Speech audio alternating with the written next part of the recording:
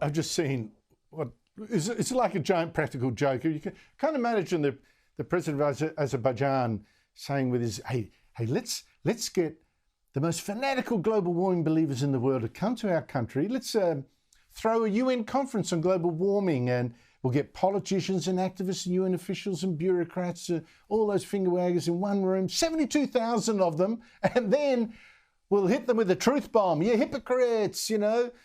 Oil and gas are God's gift to humanity. Well, that's exactly what, it sounds preposterous, but that's exactly what happened in Baku last night, the capital of Azerbaijan, which is hosting this latest UN conference on climate change.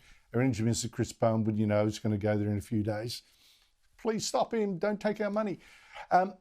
There's no doubt all these warmers would have gone there expecting to get what they got in the Warm-Up Act yesterday. You know, the president of this global warming mass worship, preaching doom and gloom.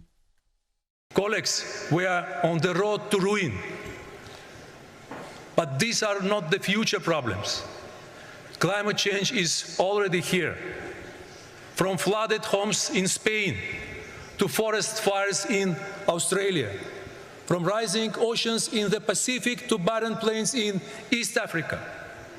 Whether you see them or not, people are suffering in the shadows. They are dying in the dark, and they need more than compassion. God, could someone tell that goose that we haven't had serious fires in Australia for nearly 5 years now? I mean, what is he talking about?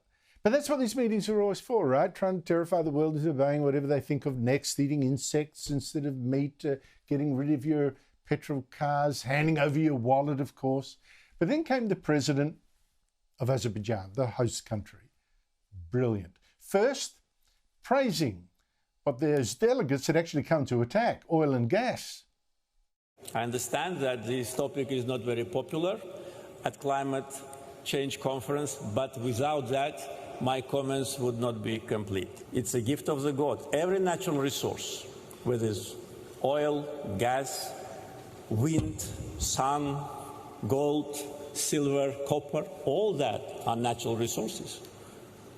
And countries should not be blamed for having them and should not be blamed for bringing these resources to the market, because the market needs them.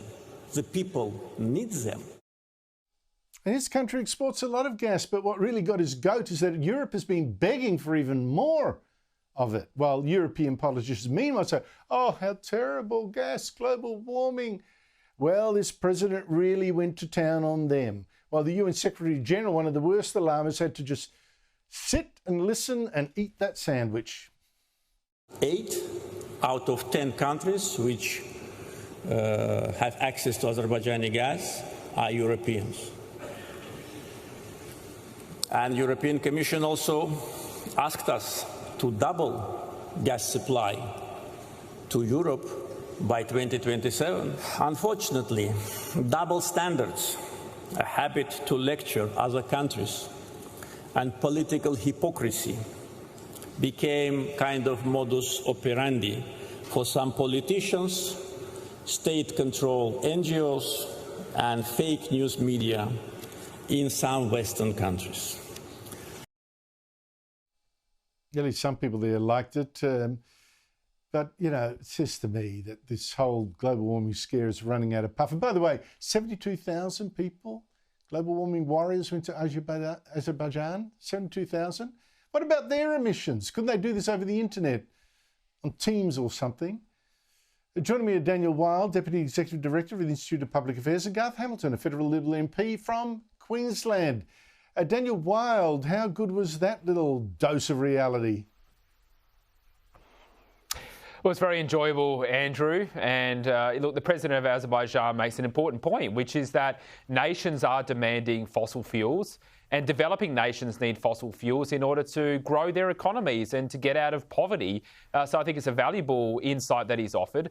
And I think the other point, Andrew, is it's another example of how net zero is dead. You make the point about the global warming scare is now running out of gas, to use an analogy. But I think as we look around the world, you judge by actions and not just words. And we've seen, you know, all across Europe, we've got countries that are cranking up their gas and their coal-fired power. because they were dependent upon Russian gas. But that, of course, when reality meets fantasy, reality always wins, and you have to have energy sovereignty, and you've got to have 24/7 baseload power that runs 365 days a year, rain, hail or shine. You can't get that from wind, you can't get that from solar, you can only get it from coal or gas or nuclear, and in some cases, hydro. So look, I think we are at a turning point into net zero and the broader global warming policies that underpin that.